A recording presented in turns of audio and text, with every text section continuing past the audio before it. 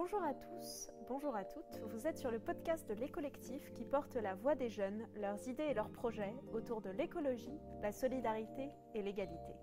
Pour notre premier épisode, nous recevons Clémentine Léonie, 26 ans, illustratrice, qui nous présente son projet « Les 30 éco-gestes ». Bonjour Lisa, merci beaucoup de m'inviter. Je suis ravie aussi d'être la première personne à participer à ce podcast. Pour me présenter dans les grandes lignes, j'ai 2 casquettes dans ma vie, illustratrice et informatrice jeunesse au sein des collectifs.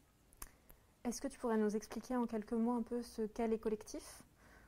Les collectifs, disons que c'est un lieu innovant pour les 11-30 ans qui a été inauguré il y a maintenant 3 ans. Et j'y suis en tant qu'informatrice jeunesse, c'est-à-dire que j'accompagne les jeunes dans leurs projets qui concernent la créativité, l'environnement, les sujets culturels. Très intéressant. Et du coup, comme là quand même tu es là pour parler de ton projet, les 30 éco-gestes, est-ce que tu pourrais maintenant nous présenter ce projet-là, un petit peu ce que c'est, quel est son format Je pense même, avant d'en parler, je peux parler d'un projet qui existait même avant les 30 éco-gestes, qui est le Inktober, qui n'est pas un de mes projets, mais un projet qui a été initié il y a maintenant un moment par un autre artiste. Le concept même, c'est de réaliser un dessin par jour tout le mois d'octobre et qui correspond à une liste de mots. C'est-à-dire qu'un mot égale un jour égale un dessin. Et donc j'avais décidé de le faire déjà il y a 2 ans en suivant une liste qui n'était pas la mienne, parce qu'aujourd'hui le projet a été, comme il a été pensé il y a longtemps, beaucoup d'artistes décident de faire leur propre liste. Donc moi je m'étais calqué sur une liste d'une autre artiste qui s'appelle Élise Francis. Et cette année, je m'étais dit, pourquoi pas faire ma propre liste et du coup y donner un peu plus de sens. Et comme dans mon travail d'illustratrice, j'aime beaucoup aborder les sujets de sensibilisation, notamment autour du développement durable, j'ai décidé de faire une liste d'éco-gestes, donc du coup des gestes du quotidien qui permettent un peu d'améliorer la vie et le monde d'aujourd'hui, au sens où ça rajoute un peu de bien-être, de paillettes dans la vie des gens, sans forcément que ça change du tout au tout le quotidien, mais au moins, si on parvient, à mon avis, à réaliser ces 30 éco-gestes, on peut changer le monde à notre échelle. C'était l'objectif principal. Je pense qu'on postera des images de ces éco-gestes pour illustrer ce podcast, parce que c'est compliqué de les expliquer entièrement. Mais est-ce que tu peux nous donner quelques exemples de ces illustrations et des gestes que tu as illustrés ? Oui, totalement. En fait, déjà, effectivement, il faut les voir pour peut-être mieux comprendre. Mais pour les mettre en scène, j'utilise déjà mon personnage qui revient régulièrement. Donc j'ai un personnage à mon effigie, j'allais dire, non, mais c'est une Clémentine en fait, qui s'appelle Pulp et qui revient du coup à chaque éco-geste. Et donc par exemple, elle va illustrer faire son compost soi-même. Donc c'est un geste tout simple qu'on peut faire chez soi, même quand on n'a pas de jardin. On peut se mettre un petit compost de maison ou d'appartement.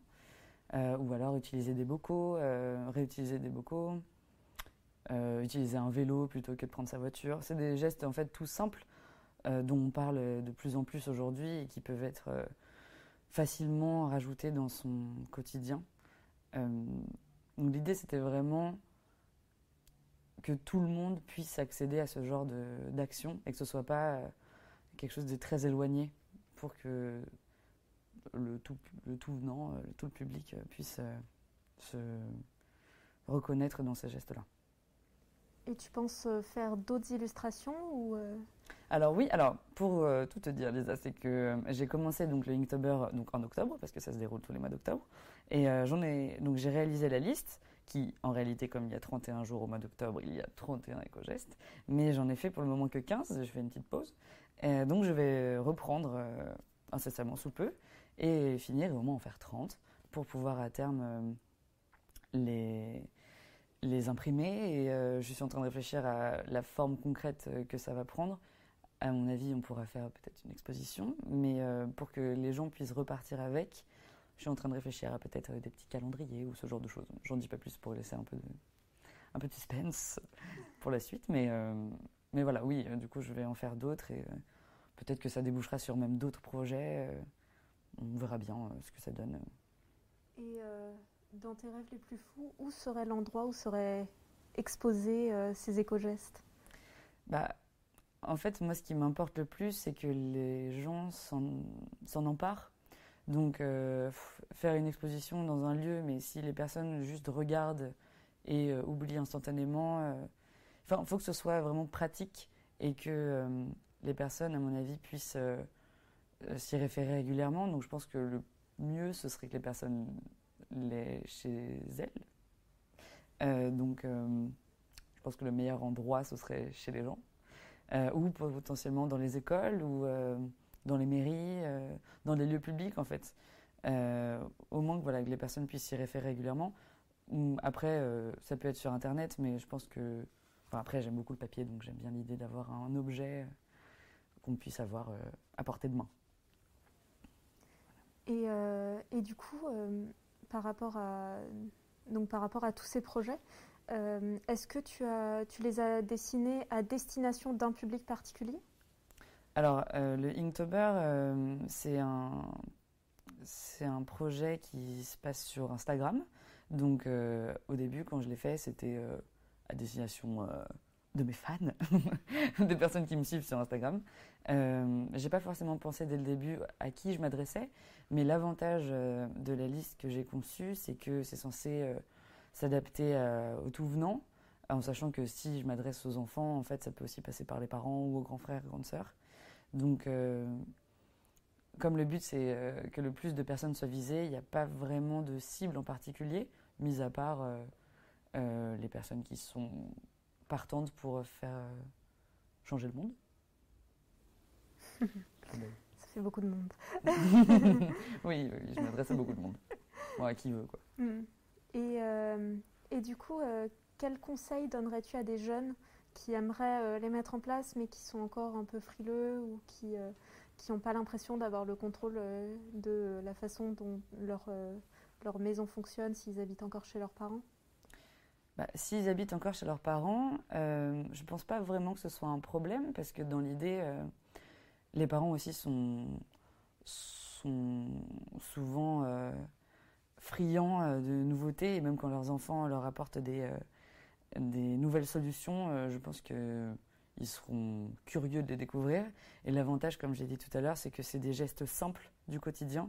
Ça ne demande pas forcément de changer totalement ses habitudes. Au contraire, c'est d'en rajouter par-ci par-là. Et puis même si les gens décident d'en faire qu'une seule sur les 30, c'est déjà gagné en fait, parce que le but c'est de faire petit à petit, comme on dit, l'histoire du colibri, quoi. Chacun fasse un peu sa part. Donc s'ils se mettent juste à mettre leurs aliments dans des bocaux recyclés, ce sera déjà très bien et ça ne change pas du tout les habitudes de chacun, à mon avis.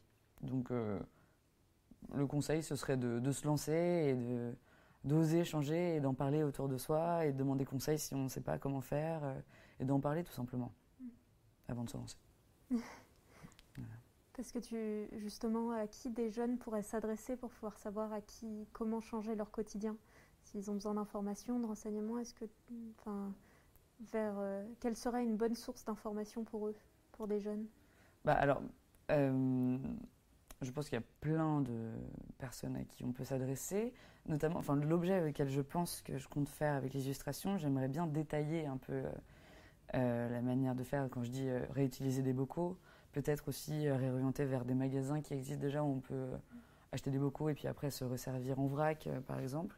Mais aujourd'hui, sur Internet, l'avantage, c'est qu'on a accès à plein d'informations. Il y a plein d'associations aussi qui encouragent la transition écologique. Donc, on peut facilement trouver cette information-là. Ici, à Les Collectifs, on a plein de personnes qui peuvent les orienter aussi. Je pense notamment à notre service civique environnement, Salomé, qui est là en ce moment et qui pourrait les orienter, ou mes collègues qui sont au courant de ce genre de choses.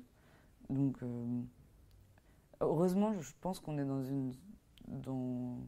une société en mouvement à ce niveau-là et on a de plus en plus d'acteurs et de personnes qui font levier sur ces sujets. Donc, je ne m'inquiète pas vraiment sur le manque d'informations.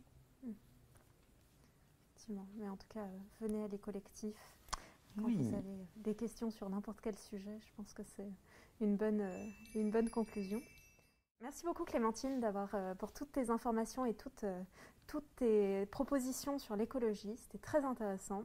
Et rendez-vous très très vite pour le prochain épisode. Et n'hésitez pas à venir nous voir également à l'Écollectif si vous voulez être interviewé et présenter votre propre projet. Merci Lisa.